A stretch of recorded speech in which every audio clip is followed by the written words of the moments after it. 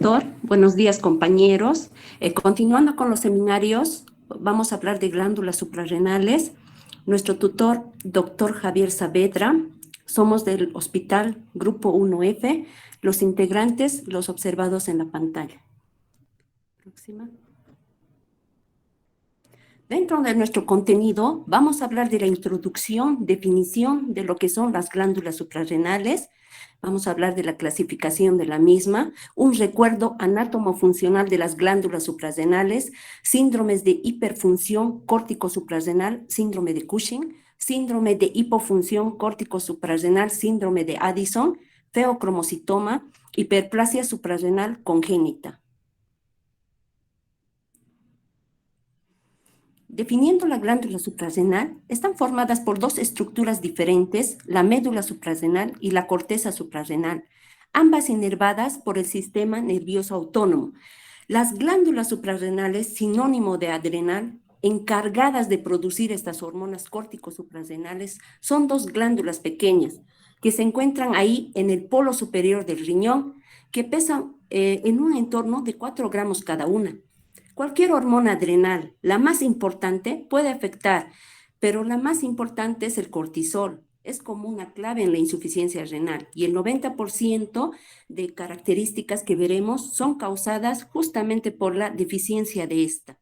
Es un estado patológico causado por un déficit en el funcionamiento normal de una o más hormonas adrenales. Próxima. En cuanto a la configuración de la glándula suprarrenal, internamente se divide en dos partes, una más interna que se llama médula suprarrenal y otra más externa que se llama la corteza suprarrenal. La más interna de la médula representa un 20% del órgano y libera adrenalina y noradrenalina en respuesta a la estimulación simpática. Sin embargo, la corteza suprarrenal, que se encuentra más a la periferia, corresponde al 80% del órgano y libera estas hormonas corticoesteroideas. Próxima.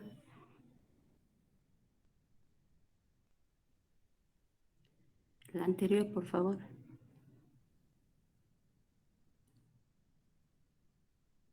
La síntesis y la...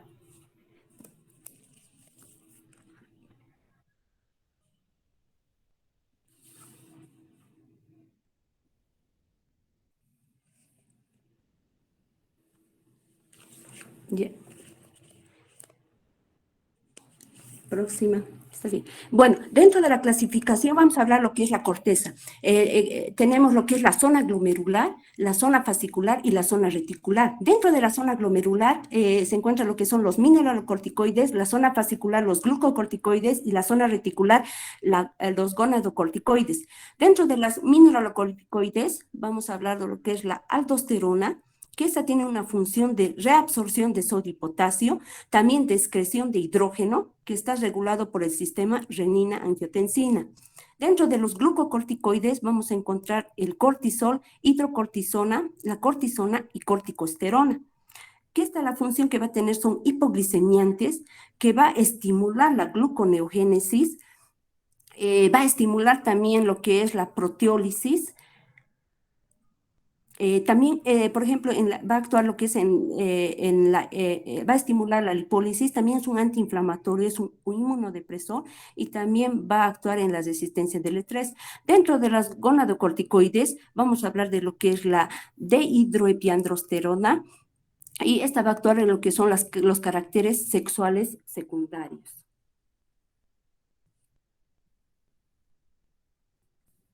Próxima.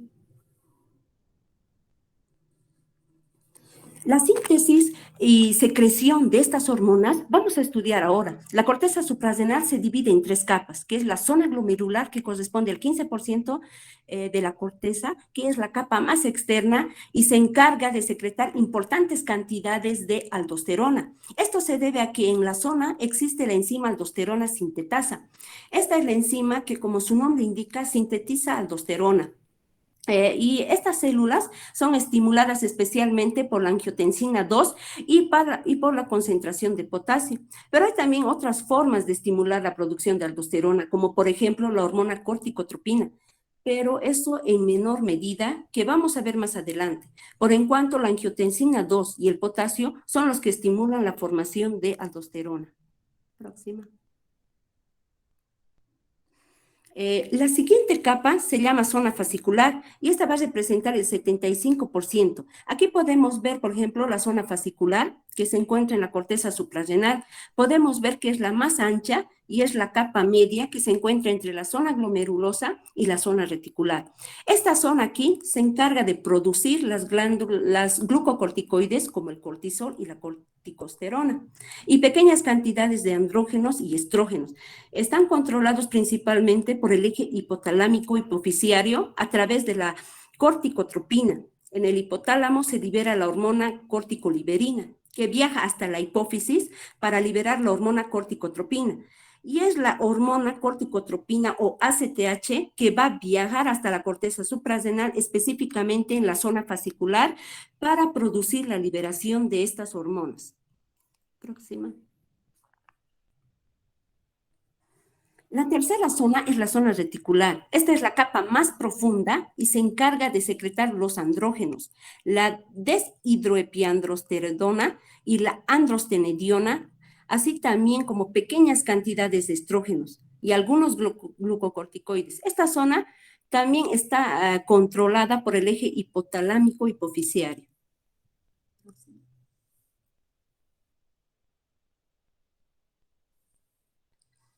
Dentro de lo que son las enfermedades adrenales, vamos a mencionar a lo que son los hipercortisolismos.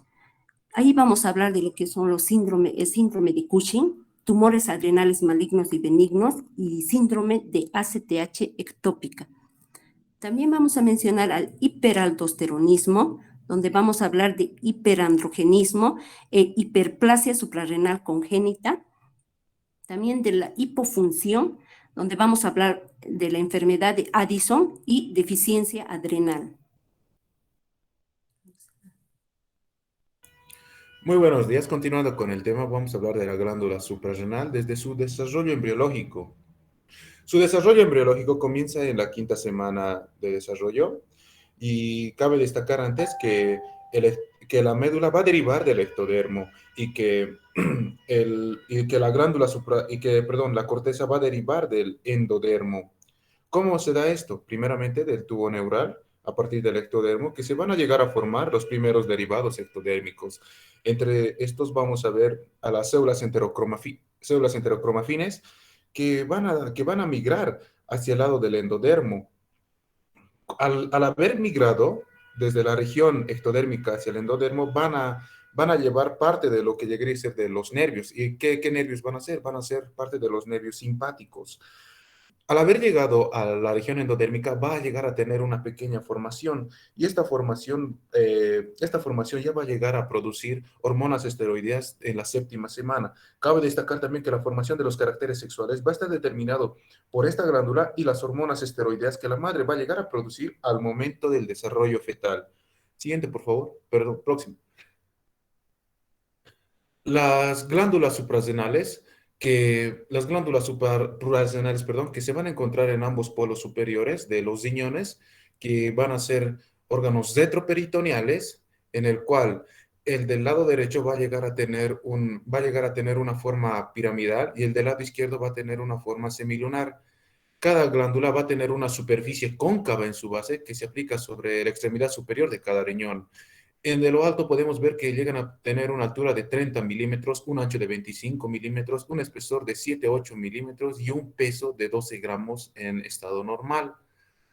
Eh, Vamos a ver también que la irrigación de las glándulas suprarrenales va a estar dada por la arteria suprarrenal superior, que viene de la arteria diafragmática, de la arteria suprarrenal media, que viene de la arteria aorta, y la arteria suprarrenal inferior, que viene de la arteria renal.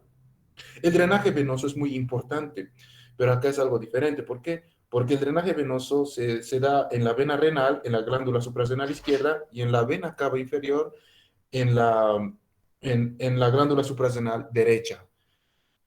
La inervación va a estar dada por el plexo nervioso suprarrenal, que se va a dar por el nervio originado en los esplásnico mayor y también por el nervio originados en el plexo celíaco. Siguiente, por favor. Histológicamente, como hablaban mis compañeras de las diferentes zonas que ya se les han hablado, aquí al menos cabe mencionar que la corteza va a tener una coloración amarillenta. ¿Por qué? Porque va a contener demasiado colesterol para la síntesis de las hormonas esteroideas. Y que en la parte central vamos a ver a la médula que va a tener gran irrigación e inervación que se va a relacionar con la producción de las catecolaminas. Siguiente, por favor. Próximo.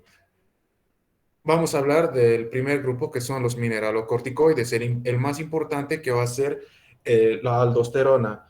Vamos a ver que, que el colesterol es el principal compuesto del cual se va a llegar a formar las diferentes hormonas esteroideas o va a servir para la síntesis. Este colesterol, gracias a la enzima desmolasa colesterol, se va a llegar a formar la pregnenolona. Esta pregnenolona es el primer derivado del colesterol que gracias a la 3-beta hidroxiesteroidea deshidrogenasa va a llegar a formar la progesterona. Esta progesterona, gracias a la 21-beta hidroxilasa, va a llegar a formar la 11-desoxicorticosterona. Esta 11-desoxicorticosterona, gracias a la 11-beta hidroxilasa, va a llegar a formar la corticosterona y esta corticosterona, gracias a la aldosterona sintasa, va a llegar a formar la aldosterona. Cabe destacar que esta aldosterona sintasa tiene que ser estimulada para que se forme aldosterona. ¿Por quién? Uno, por la angiotensina 2 y también por la corticotropina. También saber que la corticosterona llega a presentar una actividad glucocorticoide y que también la 11-desoxicorticosterona llega a presentar actividad mineralocorticoide, pero en menor potencia.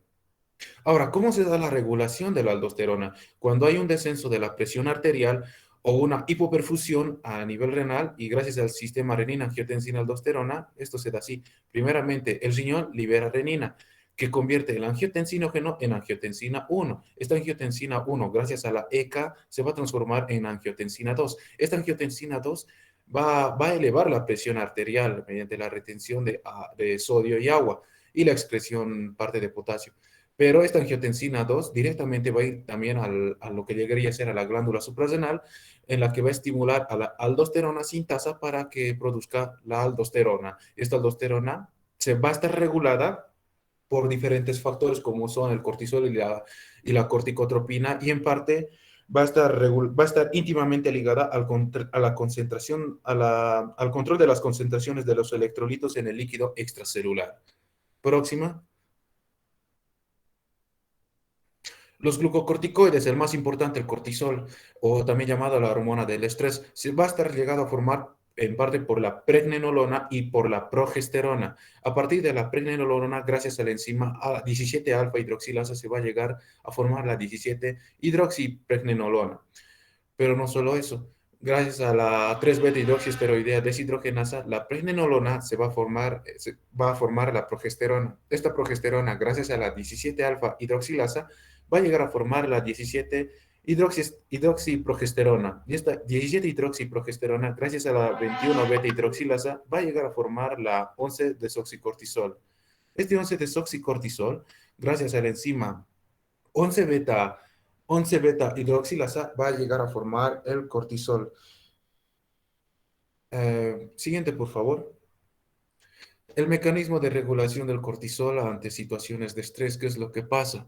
El hipotálamo va a liberar la CRH, que esta va a llegar a actuar directamente sobre la adenohipófisis. La adenohipófisis va a llegar a producir la ACTH, que va a actuar directamente sobre la glándula suprarrenal en la corteza y esto va a estimular la producción de cortisol. Y ahora, ¿cómo se va a llegar a inhibir el cortisol? El cortisol aumentado va a llegar a inhibir la liberación de la ACTH por las células corticotropas de la adenohipófisis. También el cortisol aumentado va a inhibir la liberación de la CRH por las células neurosecretoras hipotalámicas. Siguiente, por favor. Próximo. Entre las funciones más importantes que va a llegar a tener el cortisol van a ser la estimulación de la glucogénesis, la disminución de la utilización celular de glucosa, también va a estar relacionado con la hiperglucemia, como sería el aumento de la glucemia, la reducción de proteínas celulares, el aumento de proteínas del hígado y la sangre, Y algo importante, la movilización de aminoácidos hacia el hígado y también la movilización y uso de ácidos grasos. Y algo característico, va a tener un efecto antiinflamatorio. Siguiente, por favor. Entre los andrógenos, también vamos a ver que se va a llegar a formar a partir del colesterol, del primer derivado, la pregnenolona, gracias a la desmolasa colesterol. La pregnenolona, gracias a la enzima 17 alfa hidroxilasa, va a llegar a formar la 17 hidroxipregnenolona. Y esta 17 hidroxipregnenolona, gracias a la enzima 17-20 ligasa, va a llegar a formar la dehidroepiandosterona. Esta dehidroepiandosterona, gracias a la 3 beta hidroxisteroidea deshidrogenasa, va a llegar a formar la androstenediona. Y esta androstenediona, gracias a la enzima 17 hidroxiesteroidea deshidrogenasa, va a llegar a formar la testosterona. Cabe destacar acá que la 17 hidroxiesteroidea deshidrogenasa se va a encontrar en la teca en las mujeres y en el hombre en los testículos. Eh, Ahora, esta testosterona en los hombres, gracias a la enzima alfa 5 alfa reductasa, va a llegar a formar la dihidro, dihidrotestosterona, que esta dihidrotestosterona se va a relacionar con los caracteres sexuales masculinos en el hombre. Pero no solo eso, esta androstenediona y la testosterona, gracias a la enzima aromatasa, va a llegar a formar la 17 beta estradiol y la estrona. La 17 beta estrona que va a estar relacionada durante la vida reproductiva de la mujer y la estrona se va a relacionar en el estado menopáusico de las mujeres. Siguiente, por favor. Próximo. Como he dicho, esto se llama en realidad la esteroidogénesis, que es la síntesis de las diferentes hormonas esteroideas.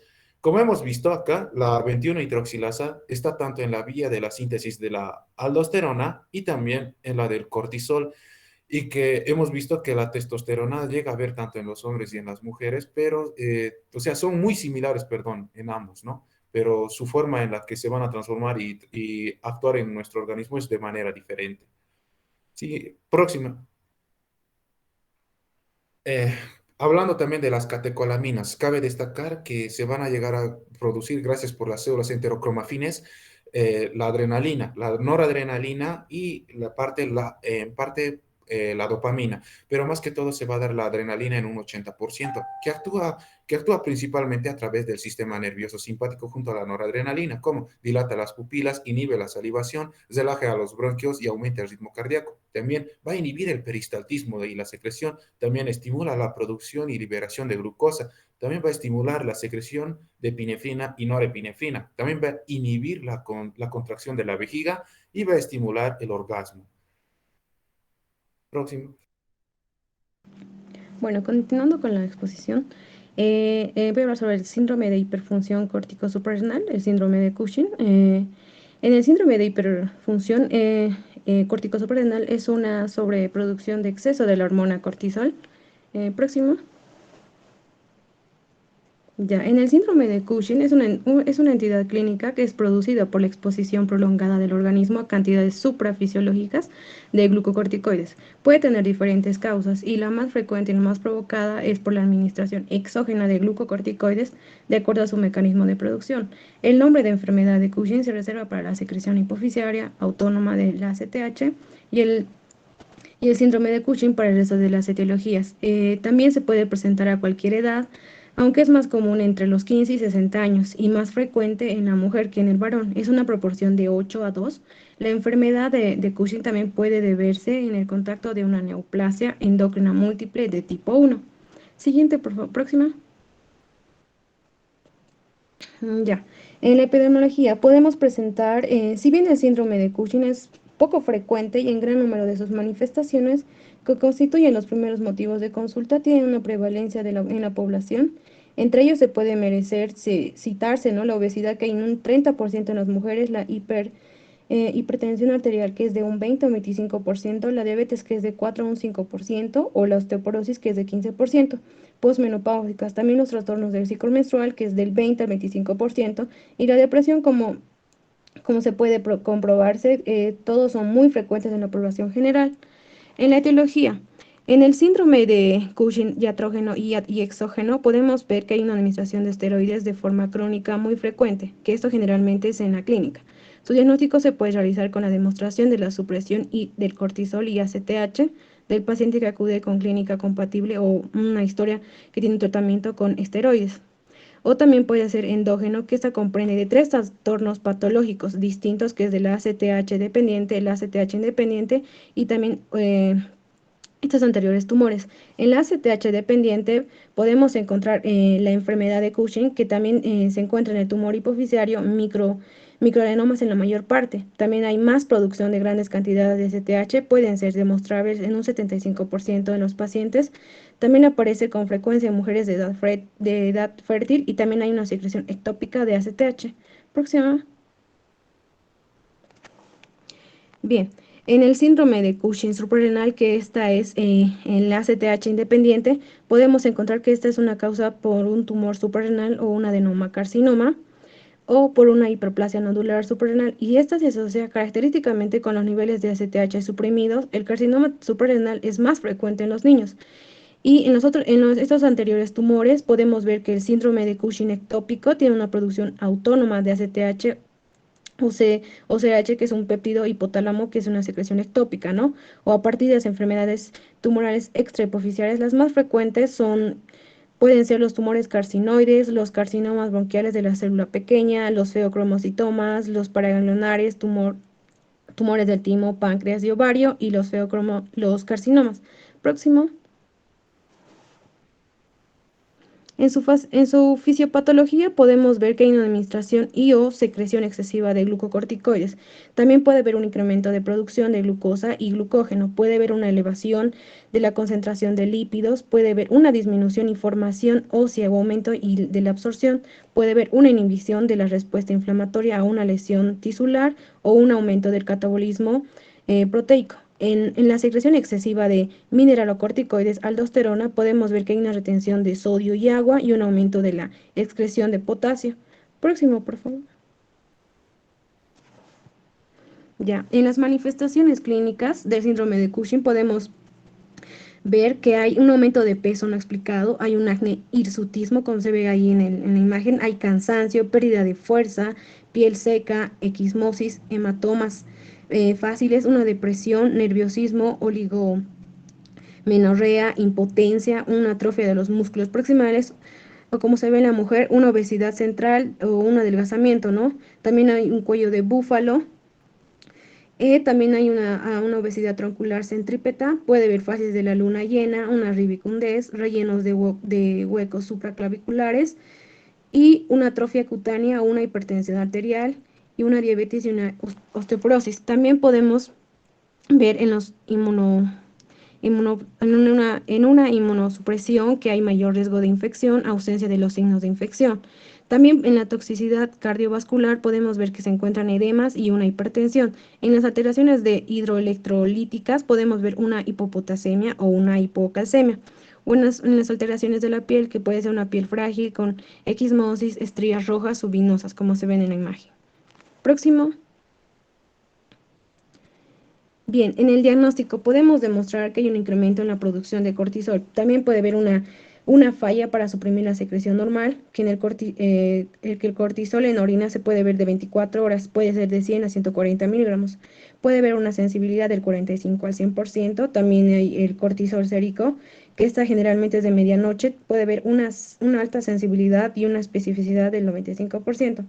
En el pseudo-Cushing también se puede presentar una obesidad mórbida, una depresión, alcoholismo o enfermedades que causan con estrés. Próximo.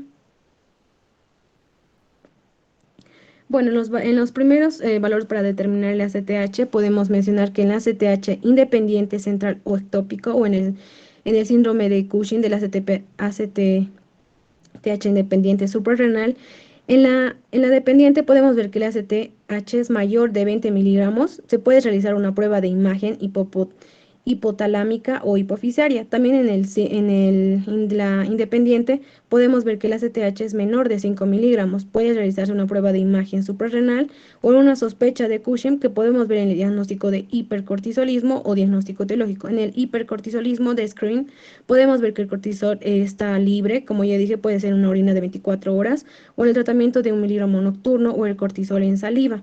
En el diagnóstico podemos ver que hay 2 miligramos, puede haber también un cortisol de 23 a 24 horas. En el síndrome de Cushing podemos ver que hay un diagnóstico etiológico, puede ser esta de la ACTH suprimida, normal o elevada. En la suprimida podemos ver que hay una ACTH independiente que es igual a una suprarrenal, o en la normal o elevada que hay una ACTH dependiente, que esta es igual o también puede ser central o estópica. Próxima. Bien, voy a continuar hablando sobre el síndrome de hipofunción córtico-suprarrenal, también conocido como enfermedad de Addison. Este es un conjunto de signos y síntomas que están originados por la deficiencia parcial o total de aquellas hormonas que son secretadas por la corteza suprarrenal, en especial por cortisol y aldosterona. Esto sucede con mayor frecuencia en las mujeres que en los varones, con una relación de 2 a 3 por cada varón, y se puede presentar a cualquier momento de la vida, pero es más frecuente hallarlos entre pacientes de 15 a 60 años. Próxima. Bien. Este síndrome se puede clasificar en insuficiencia suprarrenal primaria e insuficiencia suprarrenal secundaria. La primaria, que es la que se conoce como enfermedad de Addison, el daño a la destrucción ocurre a nivel de las propias glándulas suprarrenales. Como no se va a poder producir normal el nivel de hormonas y va a disminuir el cortisol, por la retroalimentación negativa va a aumentar la ACTH producida por la hipófisis. Esto no ocurre en lo que es la insuficiencia secundaria, en la que hay un déficit de esta ACTH, ya que el daño, en este caso, ocurre a nivel de la glándula hipófisis, ¿no? También puede haber un daño a nivel del hipotálamo y disminuir la CRH, y en este caso se denominaría insuficiencia terciaria. Próxima, por favor. Bien, entre la etiología de la insuficiencia suprarrenal primaria, puede ser causado por una adrenalitis autoinmune, una adrenalitis infecciosa, en la cual en nuestro medio la principal causa sería la tuberculosis. También puede ser ocasionada por histoplasmosis, por plastomicosis o por un síndrome de inmunodeficiencia adquirida. Puede ser ocasionado también por una metástasis de cáncer de pulmón, de mama, estómago, etcétera, por un linfoma o por un sarcoma de Kaposi. También se puede deber a un infarto o a una hemorragia suprarrenal bilateral debido a un traumatismo, a un shock o a quemaduras. O también entre otras causas tenemos a lo que es la adrenoleucodistrofia, hiperplasia suprarrenal congénita, el síndrome antifosfolipídico, un déficit glucocorticoideo aislado o fármacos como la metirapona que van a inhibir la síntesis de estas hormonas. Próximo, por favor. Bien, en cambio, en la insuficiencia suprarrenal secundaria, como ya les había explicado, se va a dar por alteraciones a nivel de la hipófisis o del hipotálamo, por lo que la etiología podría ser unos tumores en hipófisis o tumores en el hipotálamo, una hipofisitis autoinmune, una cirugía o radioterapia a este nivel, un traumatismo con sección del tallo hipofisiario, un síndrome de Sheehan, que es la necrosis hipofisiaria postparto, por infiltrados hipotalámicos como sarcoidosis o histocitosis, o también se puede dar debido a un tratamiento crónico con glucocorticoides exógenos que pueden llegar a suprimir o a atrofiar la glándula hipófisis. Próxima, por favor. Bien, ahora vamos a explicar la fisiopatología. Este síndrome se da por una disminución de la producción de las hormonas secretadas en la corteza. Esto ya sea debido a una destrucción en las capas de la corteza suprarrenal, como es en la insuficiencia primaria, o por la disminución de la ACTH debido a alteración de la glándula hipófisis, como es en la insuficiencia secundaria. Entonces, va a existir una disminución de los glucocorticoides, es decir, una disminución o ausencia del cortisol, que podría llevar a la disminución de la gluconeogénesis y esto a un estado de hipoglucemia, por lo que el paciente podría presentar astenia, anorexia, signos digestivos, fatiga o depresión. En el caso de la insuficiencia suprarrenal primaria, como ya había explicado, por la baja concentración de cortisol y el sistema de regulación de retroalimentación negativa, va a haber un aumento de la ACTH. por lo que también habría un aumento de la hormona estimulante de melanocitos y esos pacientes presentarían hiperpigmentación, lo cual no va a suceder en la insuficiencia primaria, ya que por la alteración en hipófisis va a haber una disminución de los péptidos melanotropos, por lo que va a haber palidez. Bien, también va a haber una disminución de los mineralocorticoides, pero esto especialmente en insuficiencia primaria, no tanto así en la secundaria, ya que, como nos han explicado anteriormente, la aldosterona también está regulada principalmente por el sistema renina-angiotensina-aldosterona. Entonces, con la disminución o la ausencia de aldosterona, va a haber una mayor pérdida urinaria de sodio, cloro y agua y una mayor retención de potasio, por lo que se produce un desequilibrio hidroelectrolítico como hiponatremia e hipercalemia, una disminución de volumen, por lo que habría una disminución del gasto cardíaco, una hipotensión y una deshidratación. Y por último, también puede haber una disminución de los andrógenos suprarrenales, por lo que llegaría a afectar principalmente a las mujeres y se vería una disminución en el vello axilar y púbico. Siguiente, por favor. Bien, manifestaciones clínicas. Los pacientes generalmente van a acudir a consulta por un cansancio o astenia y debilidad progresiva, acompañado de un cuadro digestivo, como ser náuseas, vómitos y constipación sin alguna causa adyacente, por una pérdida de peso y falta de apetito en los últimos meses, y también puede haber dolores musculares, alteraciones a nivel del sistema nervioso central, como alteraciones en la memoria, en la concentración, en la atención, y que se sienta depresivo. Y en el caso de la insuficiencia suprarrenal primaria, por la pérdida de líquido, puede haber una hipotensión sanguínea, también puede haber preferencia por la comida salada, y estos pacientes, como ya hemos explicado, pueden presentar hiperpigmentación a nivel de la mucosa bucal, de la lengua, las encías, de los pliegues de las manos, los codos, las rodillas, o también puede ser generalizada. Siguiente. Otras manifestaciones son los mareos, la hipotonía muscular, la hipomenorrea en la mujer o la disfunción eréctil en el varón, la disminución del vello pubiano y axilar. También pueden presentar vitiligo o bocio difuso, especialmente cuando el origen es autoinmunitario. Algunos signos de deshidratación como la piel seca, y en el caso de la insuficiencia suprarrenal secundaria, el paciente estaría pálido. Siguiente, por favor. Bien, aquí podemos observar algunas imágenes más claras donde se ve la hiperpigmentación a nivel de los codos, de las encías, de la lengua y también el vitiligo. Próxima. Los exámenes complementarios. Se va a solicitar un hemograma, química sanguínea, donde es importante observar la glucemia. También se va a pedir cortisol libre en orina y se va a realizar estudios basales, donde el ACTH en plasma va a estar muy elevado en la insuficiencia primaria y muy disminuido en la insuficiencia secundaria. El cortisol basal va a estar disminuido en la primaria y puede estar normal o levemente disminuido en la secundaria. Y los electrolitos van a estar alterados en la insuficiencia suprarrenal primaria y normales en la secundaria. Siguiente, por favor. Una prueba muy importante de diagnóstico sería la prueba de estimulación con ACTH, la cual se realiza mediante la inyección intravenosa de ACTH sintética. Y después de un tiempo se va a evaluar el cortisol basal. En la insuficiencia suprarrenal primaria no va a haber respuesta, es decir, el cortisol basal va a seguir disminuido, y en la insuficiencia suprarrenal secundaria, este cortisol se puede encontrar normal o también va a estar levemente disminuido.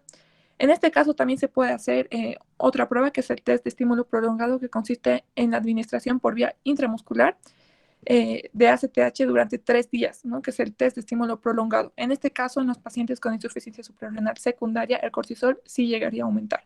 Próxima.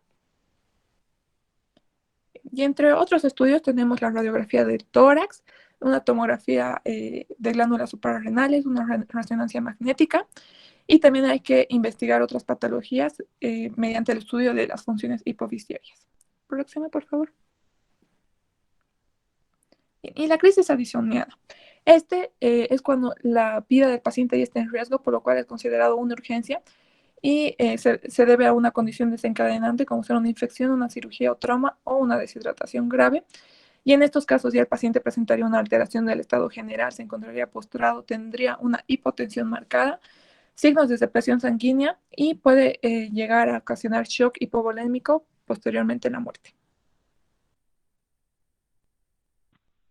Bien, ahora yo voy a hablar sobre el feocromocitoma. Este es un tumor neuroendocrino que va a ser derivado de las células cromófinas del sistema nervioso simpático, de la médula suprarrenal y de los ganglios simpáticos y parasimpáticos. Este tumor, el feocromocitoma, se va a presentar de un 80-85% en la médula suprarrenal y de un 15 al 20% fuera de ella, es decir, es extrasuprarrenal o recibe el nombre de paraganglioma. La función principal de este tumor es producir y secretar catecolaminas en cantidades superiores a la producción normal de la médula suprarrenal. El feocromocitoma va a seguir la regla del 10%, es decir, el 10% son extraadrenales, el 10% son niños, aparecen niños, el 10% son familiares, el 10% son bilaterales, 10% malignos y el 10% son silentes. En su fisiopatología, el feocromocitoma va a sintetizar y va a almacenar catecolaminas. Estas son la adrenalina y la noradrenalina en especial. Estas van a ir a unirse a los receptores adrenérgicos. Cuando se une al receptor alfa, producen vasoconstricción y cuando se unen al receptor beta, producen vasodilatación. La adrenalina va a ser secretada principalmente por los tumores pequeños y estos van a producir taquicardia, intolerancia hidrocarbonada y va a producir lo que es un aumento de la presión arterial con aumento del gasto cardíaco, pero no va a alterar o va a disminuir lo que es la presión arterial diastólica. La noradrenalina, esta se va a sintetizar, en especial los tumores extrasupraadrenales o los paragangliomas, y van a producir hipotensión ortostática y vasoconstricción generalizada, tanto con un incremento de la presión arterial sistólica como la diastólica. Bien, en su etiología podemos clasificarla en familiar y en esporádica. En familiar va a estar relacionada con la mutación genética de las neoplasias. Va a estar relacionada con la enfermedad de von Hippel-Lindau, con la enfermedad de la neoplasia endocrina múltiple tipo 2, con la neurofibromastosis tipo 1 y los paragangliomas hereditarios. Bien, yendo al esporádico, este se produce en el 70% de los casos y como lo dice su nombre, ocurre de manera esporádica y sin causa aparente. Y esta aparece por primera vez en la familia, es decir, que no hay antecedente familiar de un paraganglioma. Entre sus manifestaciones clínicas, se debe sospechar que un paciente tiene feocromocitoma cuando presenta las 5 H's. La primera es la hipertensión arterial, que es la más frecuente. Después sigue la hiperhidrosis, el hipermetabolismo, la hiperglucemia y la cefalea. Un paciente que presenta feocromocitoma va a presentar lo que es la triada clásica, es decir, la cefalea, la diaforesis y las palpitaciones. Como otro tipo de manifestaciones, vamos a tener que el paciente va a tener ataques de ansiedad y pánico, va a tener palidez, náuseas, dolor abdominal, debilidad, pérdida de peso e hipotensión ortostática. En su diagnóstico. El diagnóstico y la prueba de elección es la metanefrinas en orina 24 horas, que va a ser la más específica. También se utilizan las catecolaminas en orina de 24 horas, que va a ser la más sensible. Y también se puede utilizar lo que es el ácido vanil mandélico en orina de 24 horas, pero este tiene poca utilidad.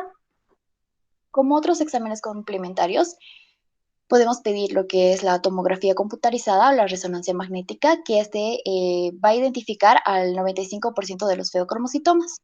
También se utiliza la gammagrafía con metayodo benzil guanidina, más que todo para aquellos tumores extrasupraadrenales. También podemos utilizar lo que es la ecografía, hasta mujeres embarazadas, y la angiografía, por último, cuando la tomografía computarizada o la resonancia magnética fallaron.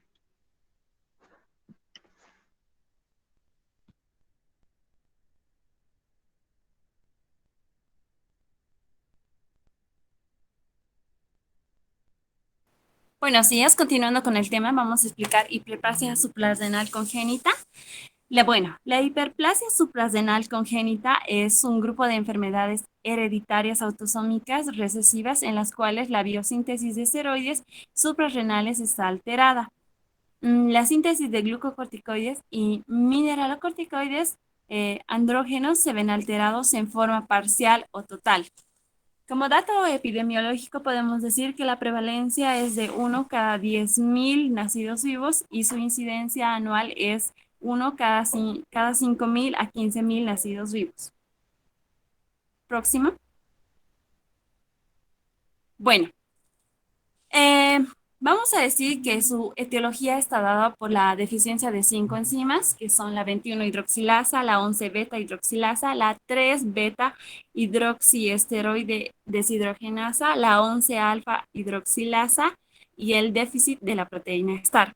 Pero dentro de estas, la más importante y las más resaltantes van a ser el déficit de la 21-hidroxilasa, que se va a dar en el 90%, y el déficit de la 11-beta-hidroxilasa, que se va a presentar en el 5%. Bueno, el déficit de la hidroxilasa 21 va a provocar un déficit del cortisol, un déficit de la aldosterona, una hiperproducción de andrógenos adrenales, y esta se va a situar en el brazo corto del cromosoma 6. El cual en la 21, en la 11-beta hidroxilasa, va a provocar un déficit del cortisol, va a existir un aumento del desoxicortisol, un aumento del 11-desoxicorticoesterona, y este va a estar localizado en el brazo, en el cromosoma 8. Próximo, por favor. Bueno. Vamos a explicar la fisiopatología y para ello vamos a ver la esteroidogénesis suprarrenal. En la 21-hidroxilasa aquí, ¿qué es lo que va a pasar? La progesterona y la 11-hidroxiprogesterona a través de la enzima 21-hidroxilasa va a convertir la progesterona en deoxicorticoesterona y eso nos da la vía de la aldosterona y de los mineralocorticoides. Y la 11-hidroxiprogesterona se va a convertir en 11-deoxicortisol y forma parte de la vía de los corticosteroides, como será el cortisol. Bueno, tenemos que la progesterona se convierte en 11-hidroxiprogesterona por la enzima 17-alfa-hidroxilasa. En este caso, la hiperplasia suprarrenal congénita es cuando existe un 95% de los casos el déficit de la 21-hidroxilasa y nos lleva a un aumento y acumulación de la 17-hidroxiprogesterona y sus precursores, y esto nos ocasiona el aumento de la síntesis de la vía de los andrógenos. Entonces, como esta vía está inhibida, la vía del cortisol va a empezar a aumentar el estímulo de la hipófisis mediante la hormona adrenocorticotrópica y nos va a llevar a la hiperplasia suprarrenal congénita. Próximo. Bueno, aquí en la 11-beta hidroxilasa vamos a decir que en la primera no había producción. En esta va a existir una deficiente conversión de la 11-desoxicortisol, que nos lleva a la vía del cortisol, y la 11-desoxicorticosterona, que nos va a llevar a la corticosterona. Aquí solamente va a existir un déficit del cortisol y va a haber un aumento de los niveles plasmáticos en el 11-desoxicortisol y en el 11-desoxicorticosterona. Próximo. Bueno, dentro de las manifestaciones clínicas de la 21-hidroxilasa y la 11-beta-hidroxilasa, podemos decir que existen formas clásicas y no clásicas. En la forma clásica, que es la 21-hidroxilasa, lo más importante y lo más resaltante que podemos decir es que esta es mortal en recién nacidos si no se trata a tiempo. Y vamos a decir que también existe una forma perdedora de sal que se da en un 75% y una virilizante que va a existir en un 25%. Aquí se va a producir genitales ambiguos y va a darse una actividad enzimática del 1 al 2%. En la forma clásica, que es de la 11-beta hidroxilasa, va a existir, no va a haber una pérdida salina, pero se va a dar una tendencia a la hipertensión que va a cursar con frenación del eje de la renina-angiotensina. En la forma no clásica, aquí en la 11-beta hidroxilasa, se va a producir mayormente los signos y síntomas y va a tener una funcionalidad enzimática del 15 al 20%, va a existir un déficit moderado del cortisol y una hiperproducción de los andrógenos. Próxima. Bueno, vamos a decir que dentro de las manifestaciones clínicas La forma perdedora de sal va, ya que esta es muy severa, entonces va a existir una crisis de la pérdida salina aguda en los neonatos. Se va a dar el déficit del cortisol y la aldosterona en ambos sexos. En la virilizante simple, esta que no es tan severa, la síntesis de cortisol y aldosterona no están suprimidos. Los varones tienen menos afectación del eje gonadal que las mujeres y puede existir oligospermia y se van a dar los genitales ambiguos. Bueno, en la... Próximo, por favor. Bueno, aquí.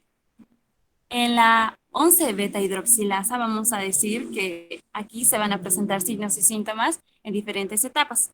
En la infancia vamos a ver que se va a presentar pubarquía prematura, piel grasa, va a darse acné, va a darse una aceleración del crecimiento, va a dar una edad ósea de la afectación variable de la vida adulta. Entonces, en las niñas también va a haber moderada hipertrofia del clítoris. En la adolescencia y la adultez va a presentarse hirsutismo, ovarios poliquísticos, irregularidades menstruales y también va a existir anovulación crónica. Se va a producir infertilidad y en el varón oligospermia e infertilidad. Próximo. Bueno, vamos a decir que aquí dentro de los exámenes complementarios, los cuales van a realizarse, van a ser el dosaje de la 17-hidroxiprogesterona. Aquí, los niveles de la 17-hidroxiprogesterona se van a encontrar por encima de los 20 nanogramos por mililitro a las 48 horas de vida. El aumento basal de los niveles de 17-hidroxiprogesterona va a darse en diagnóstico con cifras de 50 a 500 nanogramos por mililitro. El test de estimulación con la ACTH aquí nos va a dar este resultado, que la ACTH va a estar elevado y el cortisol disminuido. En la actividad renina plasmática, aquí la renina plasmática se va a encontrar elevada y la relación aldosterona-renina se va a encontrar disminuida. Próximo. Bueno.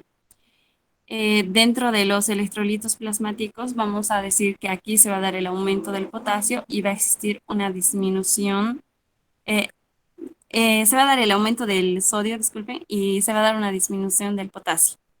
En una ecografía abdominal vamos a poder observar la visualización de los genitales internos femeninos. Próximo.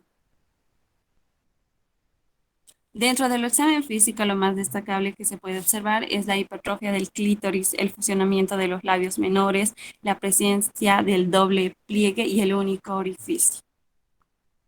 Muchas gracias, hemos concluido con nuestra presentación. Muy bien. Entonces, como ven, no es un tema simple.